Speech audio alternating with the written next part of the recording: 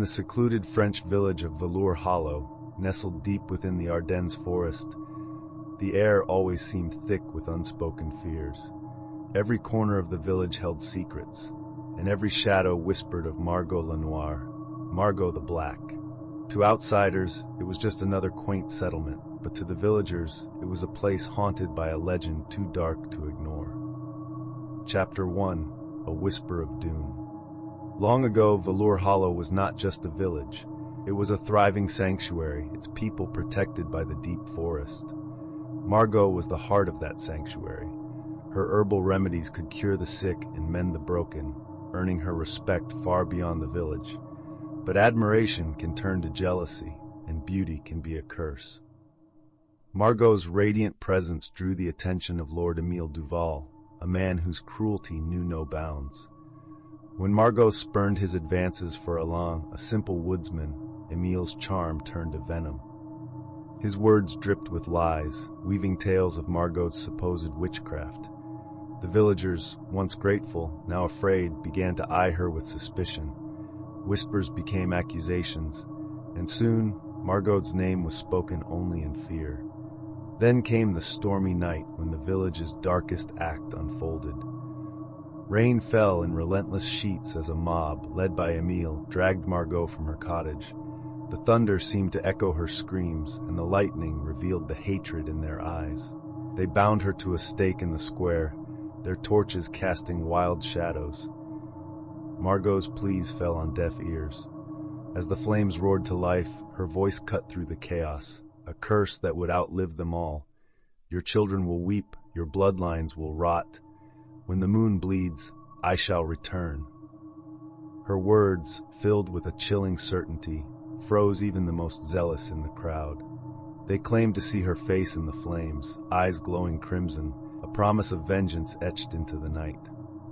Chapter 2: A Village's Guilt. Years turned to decades, and Margot's name became a whispered warning. Children were told not to wander into the woods, especially on nights when the moon turned red. The lunar eclipse, the bleeding moon, became a harbinger of dread. Livestock disappeared, strange cries echoed from the forest, and those brave enough to investigate were never seen again. Marie, a headstrong 19-year-old, dismissed these tales as mere superstition. Along with her friends Jules, Sophie, and Luc, she laughed at the villagers' warnings. "It's just a story," Marie scoffed, her curiosity outweighing her fear. "And we're going to prove it."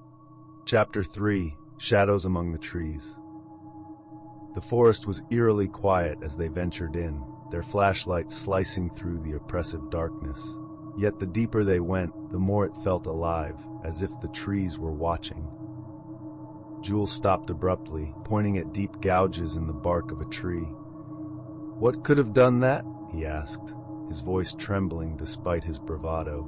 A foul stench filled the air, and an unnatural chill seeped into their bones. Sophie's flashlight landed on something glinting in the distance. As they approached, they realized it was the ruins of Margot's cottage. The air grew heavier, each step feeling like a silent warning.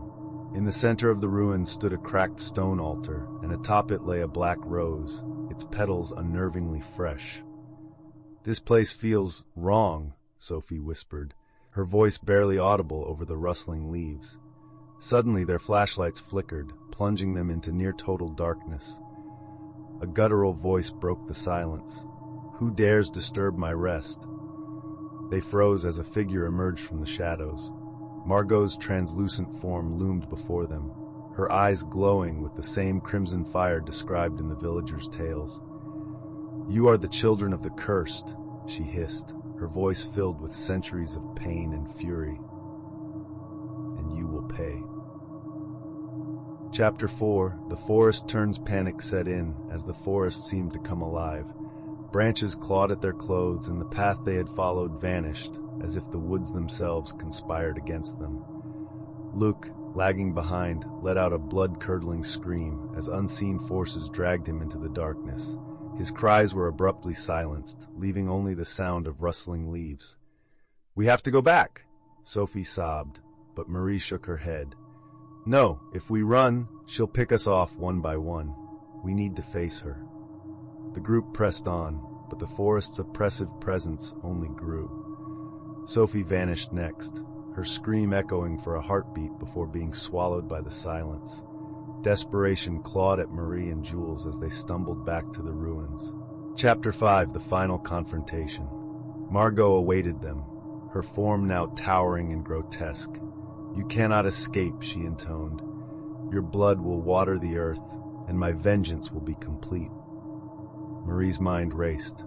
Her eyes fell on the herbs scattered among the ruins. Remembering the stories of Margot's garden, she grabbed a bundle of dried sage. Lighting it with Jules's trembling hands, she thrust it toward Margot. The spirit recoiled, her screams piercing the air. Jules seized a shard of the altar and drove it into the ground. The earth trembled, and a deafening roar erupted as Margot's form dissolved into shadow. The crimson moon faded, and the first rays of dawn pierced through the forest canopy. Epilogue: A fragile peace. Marie and Jules returned to the village, their survival a miracle, but their hearts heavy with loss. Velour Hollow felt lighter, the oppressive weight lifted, yet the ruins remained a somber reminder. Deep within, a single black rose bloomed anew, its petals glistening as if with blood, a silent promise that Margot's curse was far from over.